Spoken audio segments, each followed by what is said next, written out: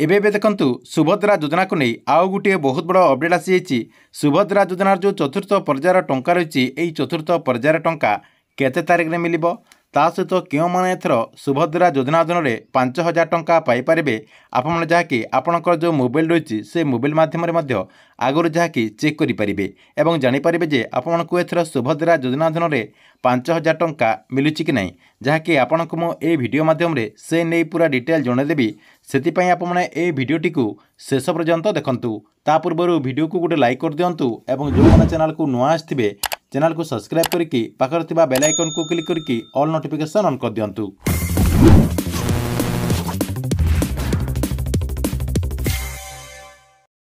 ସୁଭଦ୍ରା ଯୋଜନାର ପ୍ରଥମ କିସ୍ତିର ଯେଉଁ ଚତୁର୍ଥ ପର୍ଯ୍ୟାୟର ଟଙ୍କା ରହିଛି, ଏହି ଚତୁର୍ଥ ପର୍ଯ୍ୟାୟର ଟଙ୍କା ମହିଳାମାନଙ୍କ ଆକାଉଣ୍ଟକୁ ରାଜ୍ୟ ସରକାରଙ୍କ ତରଫରୁ କେତେ ତାରିଖରେ 5,000 ଟଙ୍କା ଟ୍ରାନ୍ସଫର କରିବେ, ତାହାରି ଡେଟ୍ ଜାଣିବା ପୂର୍ବରୁ ଦେଖନ୍ତୁ ସୁଭଦ୍ରା ଯୋଜନା ଅଧୀନରେ କେଉଁ ମହିଳାମାନେ ଏଥର 5,000 ଟଙ୍କା ପାଇପାରିବେ, ସେଇଟା ମଧ୍ୟ ଆପଣମାନେ ଆପଣଙ୍କର ଯେଉଁ ମୋବାଇଲ ରହିଛି ସେ ମୋବାଇଲ ମାଧ୍ୟମରେ ଆଗରୁ ଯାହାକି ଚେକ୍ କରିପାରିବେ ଏବଂ ଚେକ୍ କରିକି ଜାଣିପାରିବେ ଯେ ଆପଣମାନଙ୍କୁ ଏଥର ସୁଭଦ୍ରା ଯୋଜନା ଅଧୀନରେ 5,000 ଟଙ୍କା ମିଳୁଛି କି ନାହିଁ।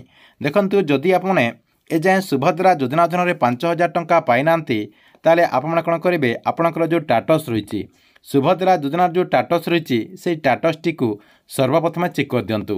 ଷ୍ଟାଟସ୍ଟିକୁ ଚେକ୍ କରିଦେଲା ପରେ ଆପଣଙ୍କ ସାମ୍ନାରେ ଯାହାକି ଗୋଟେ ପେଜ୍ ଓପନ୍ ହୋଇଯିବ। ଆପଣଙ୍କର ଯେଉଁ ଷ୍ଟାଟସ୍ ଚେକ୍ କଲା ପରେ ଆପଣଙ୍କର ଗୋଟେ ପେଜ୍ ଓପନ୍ ହୋଇଗଲା ପରେ ସେଇଠି ଦେଖିବେ ଆପଣଙ୍କର ଇ-କେୱାଇସି, ଆପଣଙ୍କର ଇ-କେୱାଇସି କମ୍ପ୍ଲିଟ୍ ହେଇଛି କି ନାହିଁ। ଯଦି ଆପଣଙ୍କର ଇ-କେୱାଇସି କମ୍ପ୍ଲିଟ୍ ଅଛି ଠିକ୍ ଅଛି, ଯଦି ଆପଣଙ୍କର ପେଣ୍ଡିଂ ରହିଛି ତାହେଲେ ଆପଣଙ୍କୁ ଇ-କେୱାଇସିଟିକୁ କମ୍ପ୍ଲିଟ୍ କରିବାକୁ ପଡ଼ିବ। ତାପରେ ଦେଖନ୍ତୁ ଆପଣଙ୍କର କେଉଁ ପ୍ରୋସେସ୍ରେ ଇ-କେୱାଇସି କରାଯାଇଛି। ଯଦି ଆପଣମାନେ OTP ବେସ୍ରେ ଇ-କେୱାଇସି କରୁଛନ୍ତି ସେଇଟା ମଧ୍ୟ ଆପଣଙ୍କୁ ବାୟୋମେଟ୍ରିକ୍ ପ୍ରୋସେସ୍ରେ ଇ-କେୱାଇସି କରିବାକୁ ପଡ଼ିବ। ସେଇଟା ଆପଣଙ୍କର କେଉଁ ପ୍ରୋସେସ୍ ରହିଛି ସେଇଟା ଆପଣ ଦେଖିଦେବେ। ବାୟୋମେଟ୍ରିକ୍ ଥିଲେ ଆପଣମାନେ ଯାହାକି ସୁଭଦ୍ରା ଯୋଜନା ଅଧୀନରେ ଟଙ୍କା ପାଇପାରିବେ। ତା ସହିତ ଦେଖନ୍ତୁ ତାର ତଳେ ଆପଣଙ୍କର ଏପ୍ରୁଭାଲ୍ ଷ୍ଟାଟସ୍ ରହିଛି।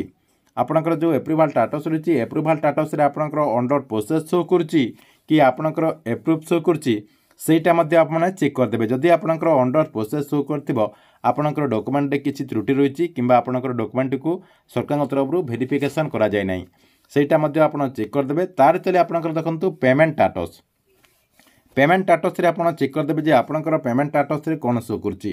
ଯଦି ଆପଣଙ୍କର ସେଇଠି ବ୍ଲାଙ୍କ ଶୋ କରୁଛି, ଉପରେ ଆପଣଙ୍କର ଇ-କେୱାଇସି କମ୍ପ୍ଲିଟ୍ ଥିବ, ତାର ତଳେ ଆପଣଙ୍କର ଯେଉଁ ବାୟୋମେଟ୍ରିକ୍ ରହିଛି ସେଇ ବାୟୋମେଟ୍ରିକ୍ ଆପଣଙ୍କର ଯଦି ହେଇଥିବ ଆପଣଙ୍କର ଇ-କେୱାଇସି କେଉଁ ପ୍ରୋସେସ୍ରେ କରୁଛନ୍ତି ସେଇଟା ଯଦି ଆପଣଙ୍କର ବାୟୋମେଟ୍ରିକ୍ ଥିବ, ତାପରେ ଆପଣଙ୍କର ଏପ୍ରୁଭାଲ୍ ଷ୍ଟାଟସ୍ରେ ଏପ୍ରୁଭ୍ ଥିବ ଏବଂ ତଳେ ଆପଣଙ୍କର ବ୍ଲାଙ୍କ ଥିବ, ତଳେ ଆପଣଙ୍କର ଯଦି ବ୍ଲାଙ୍କ ରହିଛି ଆପଣଙ୍କର ପେମେଣ୍ଟ ଷ୍ଟାଟସ୍ରେ, ତାହେଲେ ଆପଣମାନେ ସୁଭଦ୍ରା ଯୋଜନା ଅଧୀନରେ ଆପଣଙ୍କର ଯେଉଁ ଚତୁର୍ଥ ପର୍ଯ୍ୟାୟର କିସ୍ତି ଆସିବ ଏହି କିସ୍ତିରେ ଯାହାକି ଆପଣ 5,000 ଟଙ୍କା ପାଇପାରିବେ।